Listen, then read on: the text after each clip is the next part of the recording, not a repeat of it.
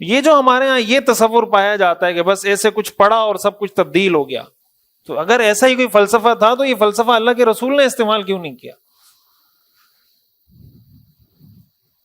آج کل وہ ویڈیو چل رہی ہے نا، وہ بل والی، تماشا بنایا ہوا ہے دین کا، حیرت ہے۔ بجلی کا بل کم آنے کا وظیفہ یہ ہے کہ میٹر پہ ہاتھ رکھو، زم زم پڑھو، بجلی کا بل کم آئے۔ کیسا دین کا مذاق ہے۔ وہ کسی نے اس پہ ویڈیو بنائی ہے، وہ کوئی اداکار ہے اور اس نے لکھا ہے اداکار کو اداکار ہی جواب دے سکتا ہے۔ وہ اس نے کہا میں آپ کو وظیفہ بتاتا ہوں، شہادت کی انگلی اٹھائیں اور جائیں سامنے دیوار کی طرف، بٹن ہوگا، وہ بٹن شہادت کی انگلی سے بند کر دیں، پھر یہ والی بائیں ہاتھ کی شہادت کی انگلی اٹھائیں، اس دیوار کی طرف آئیں، یا پنکھا چل رہا ہوگا وہ بٹن شہادت کی انگلی سے بند کر دیں، تو بل خود بخود کم آئے گا۔ تو بھائی یہ دین ہے، یہ دین کا تصور ہے کہ بجلی کا بل کیسے کم آئے گا؟ عجیب عجیب حرکتیں۔ تو دین کو ایز اے سسٹم ایڈاپٹ کرنا یہ ہماری ذمہ داری ہے۔ اب ہمارے ملک کے جو مسائل ہیں، جو بات میں عرض کرنا چاہتا ہوں، یہ کسی تعویذ سے ٹھیک نہیں ہوں گے، دم درود سے ٹھیک نہیں ہوں گے کہ آپ ادھر شف کریں ادھر ملک کے حالات تبدیل ہو جائیں، ایسا نہیں ہو سکتا۔ اگر یہ فارمولا چلنا تھا تو بھائی اللہ کے رسول دنیا میں آتے اسی لیے ہیں، لیکن اللہ کے رسول کو دیکھیں مکہ میں کتنی مشکلات اٹھانی پڑی آپ کو، صحابہ نے کیا کیا تکلیفیں نہیں برداشت کی، مکہ میں ہجرت کرنی پڑی، اپنا ملک چھوڑ کے جانا پڑا، مکہ مکرمہ ان کا ملک تھا، وہ چھوڑ کے جانا پڑا، کچھ حبشہ چلے گئے، کچھ مدینہ چلے گئے۔ آج ہمارے ملک کے اگر مسائل ہیں، یہ نہ نعروں سے ختم ہوں گے، نہ جذباتی باتوں سے ختم ہوں گے، نہ فیس بک کی پوسٹیں شیئر کرنے سے ختم ہوں گے۔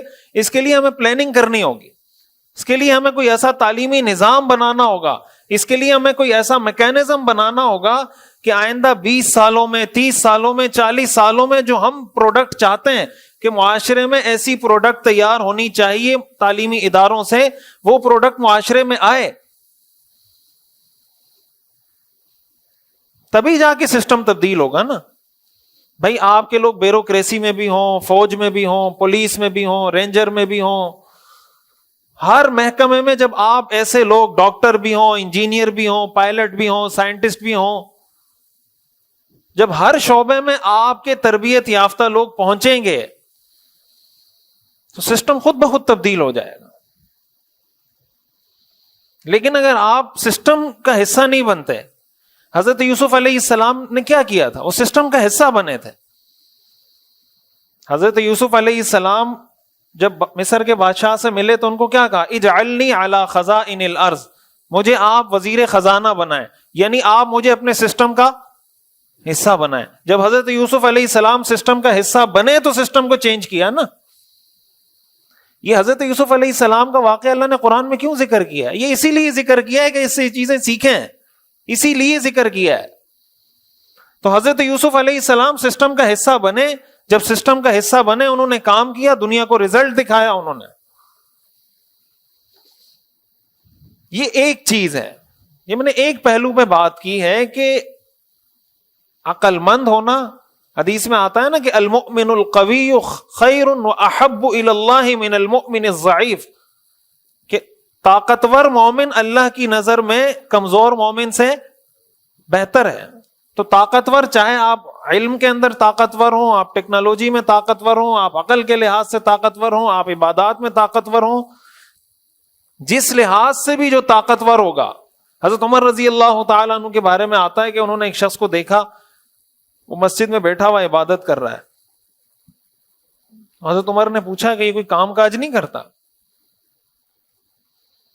حضرت عمر رضی اللہ تعالیٰ عنہ جب کسی شخص کو دیکھتے تھے نا کہ اس کا سر ایسے ٹیڑھا ہے نماز پڑھتے وقت، اس کو تھپڑ مار کے اس کا سر سیدھا کرتے تھے، سر سیدھا کرو، یہ بزرگی نہیں ہے نماز میں ایسے سر ٹیڑھا کر کے نماز پڑھنا۔ تو کسی نے کہا کہ نہیں، یہ تو عبادت کرتا ہے اور بس مسجد میں ہی بیٹھا رہتا ہے 24 گھنٹے عبادت۔ تو حضرت عمر نے فرمایا کھاتا کہاں سے ہے؟ تو کسی نے بتایا اس کا دوسرا بھائی ہے جو کام کرتا ہے، وہ خود بھی کھاتا ہے، اس کو بھی کھلاتا ہے۔ حضرت عمر نے فرمایا اس کا وہ بھائی اس سے بہتر ہے، اس کا وہ بھائی اس سے بہتر ہے۔ اس لیے کہ وہ عبادت بھی کر رہا ہے، کما بھی رہا ہے، کھا بھی رہا ہے، اس کو بھی کھلا رہا ہے، اتنے سارے کام کر رہا ہے، یہ تو ایک ہی کام کر رہا ہے۔ حضرت عبداللہ ابن مسعود رضی اللہ تعالیٰ عنہ فرمایا کرتے ہیں، میں کسی شخص کو دیکھتا ہوں، اس کی عبادت وغیرہ سے بہت متاثر ہوتا ہوں، پھر جب مجھے پتا چلتا ہے کہ یہ کوئی کام کاج نہیں کرتا تو میری نظروں سے گر جاتا، میری نظروں سے کہ یار یہ کیسا فضول آدمی ہے۔ بھائی یہ تصور نہیں ہے، دین میں رہبانیت نہیں ہے۔ قرآن کریم میں آتا ہے وَرَهْبَانِيَّةً ابْتَدَعُوهَا مَا كَتَبْنَاهَا عَلَيْهِمْ إِلَّا ابْتِغَاءَ رِضْوَانِ اللَّهِ فَمَا رَعَوْهَا حَقَّ رِعَایَتِهَا وَكَثِيرٌ مِّنْهُمْ فَاسِقُونَ۔ اللہ فرماتے ہیں انہوں نے اپنی طرف سے ایک رہبانیت گھڑ لی ہے، حالانکہ یہ رہبانیت کا حکم ہم نے نہیں دیا تھا۔ اللہ فرماتے ہیں کثیر منہم فاسقون، ان میں سے اکثر لوگ فاسق ہیں۔ کثیر منہم یعنی یہ جو رہبانیت اختیار کرتے ہیں ان میں سے اکثر لوگ کیا ہیں؟ فاسق ہیں۔ وکثیر منہم فاسقون، اکثر ان میں سے فاسق ہیں۔